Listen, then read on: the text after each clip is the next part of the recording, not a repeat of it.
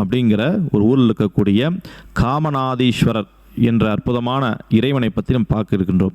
சிவகாம சுந்தரி சமேத திருக்காமேஸ்வரர் ஆலயம், அது திருவெள்ளூர் அந்த ஊர் பேர். எல்லோரும் இந்த கோவிலோட வாழ்க்கையில் குழந்தை செல்வம் தேவை, செல்வங்கள் பணச்செல்வம் தேவை. இந்த ரெண்டு விஷயத்தையும் அருளக்கூடிய அற்புதமான ஸ்தலம் தான் திருக்காமேஸ்வரர் கோவில். இங்கே அருள் புரிஞ்ச அருள் பெற்ற ஸ்தலம் தான் திருவெள்ளூர். மிக அற்புதமான ஸ்தலம். மிக குருவே சரணம், குருவே துணை. அனைவருக்கும் இனிய வணக்கங்கள். நான் உங்கள் யோகநாத் குருஜி. முக்கியமான திருத்தலங்கள் என்ற பகுதியில், திருப்பம் தரும் திருத்தலங்கள் என்ற பகுதியில் நாம் இன்றைக்கி மிக அற்புதமான வரப்பிரசாதியான ஸ்தலங்கள் பார்த்து கொண்டு வருகின்றோம். இன்று நாம் பார்க்கக்கூடிய அற்புதமான ஸ்தலம் நாமக்கல் டு திருச்சி போகின்ற வழியில் முசிறியை தாண்டினவுடனே திருவெள்ளூர் அப்படிங்கிற ஒரு ஊரில் இருக்கக்கூடிய காமநாதீஸ்வரர் என்ற அற்புதமான இறைவனை பற்றி நம்ம பார்க்க இருக்கின்றோம்.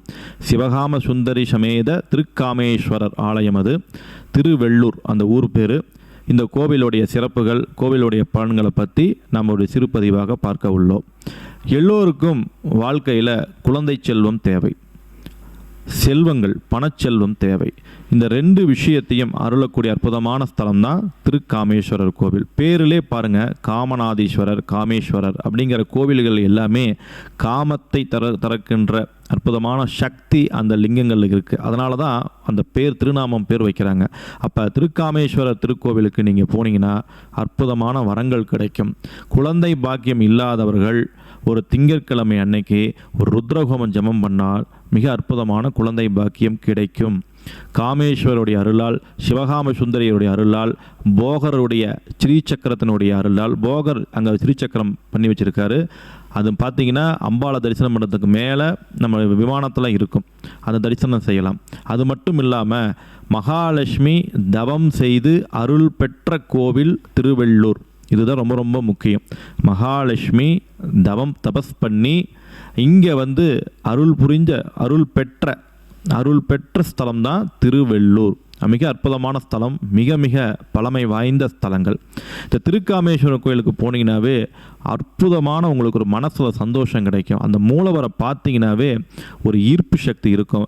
இந்த கோவிலில் போய் முறையாக பூஜை பண்ணிட்டு வந்தீங்கன்னாவே உங்கள் வாழ்க்கை மாறுறதான் கண்கூட பார்க்கலாம்.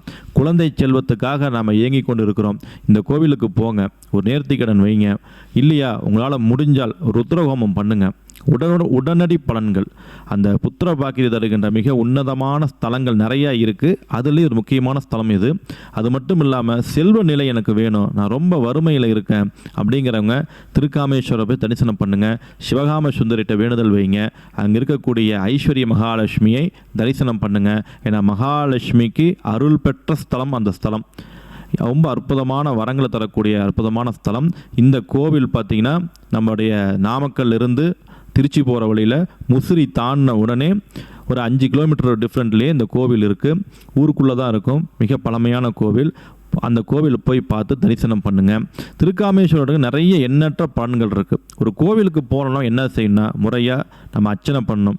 எந்த கோவிலுக்கு போனாலும் முறையாக மலர் மாலை வாங்கிட்டு போகணும். ஒரு தேங்காய் பழம் உடைக்கணும். முடிஞ்சால் வஸ்திரம் சாத்தணும். இது போயிட்டு அந்த கோவிலில் பார்த்திங்கன்னா குறைஞ்சி நம்ம ஒரு 2 மணி நேரமாவது இருக்கணும்.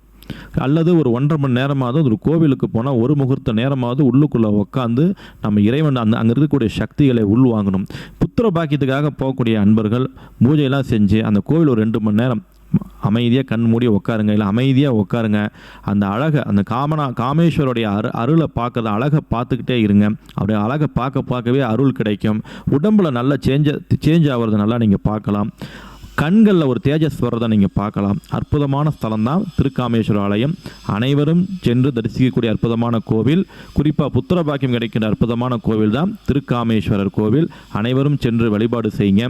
வேறு நல்ல பதிவில் உங்களை சந்திக்கின்றேன். நான் உங்கள் யோகநாத் குருஜி. நல்லதே நடக்கும், நல்லது மட்டுமே நடக்கும். நன்றி, வணக்கம்.